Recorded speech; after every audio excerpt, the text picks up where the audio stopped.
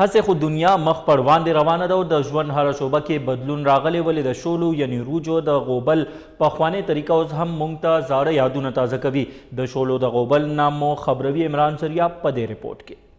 د نن په دې ترقي یافته دور کې کپارس کې بدلون راغلی دی او په انساني ژوند کې اسانتیاګانې مخې ته راغلي دي. نو دغه بدلون که یو خوا د ښاریې په شور کې زیاتوالی راوستی دی او په آلودګۍ کې یې اضافه کړې ده، خو ولې د بټخیلي ښار کلي اوس هم د دې شور او آلودګۍ نه په ډډه پاتې دی او د هغې لویه وجه د دې ځای د خلکو د کروندې سره مینه او خپل زاړه روایت ژوندي ساتل دي. د کال اخري میاشت شروع کېدو سره د شولو غوبل روان شي، وړومبی شولې کټ شي او بیا د شولو ټوپکي جوړ کړي شي او بیا پرې ټریکټر وګرځولی شي او په آخري مرحله کې د پکو د هوا لاندې په خاخو بادوي چې بوسان یو اړخ ته او شولې بل اړخ ته پاتې شي. د شولو د غوبل په دې کلتوري عمل کې د کروندې زاړه یارانو دوستانو ته په یو ځای د کار او ناستې ګپ شپ موقع هم په لاسو راځي. او پخوا نه به ګرمې سیله او سړې سیله کېدې، ډېرې خوږې وې خو هغه پیداوار د هغې ډېر کم و.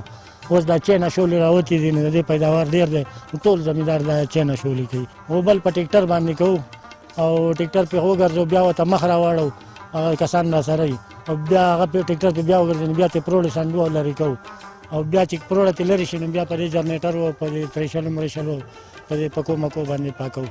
زړې طریقې چې کوم دي ورو په ختمېدو دي، نو پس د جنریټر او د پکې په مدد سره دا شولې پاکېږي او زمیندار ځان له یو اساني کتل او دوی ته پرې ډېره چې فایده میلاویږي.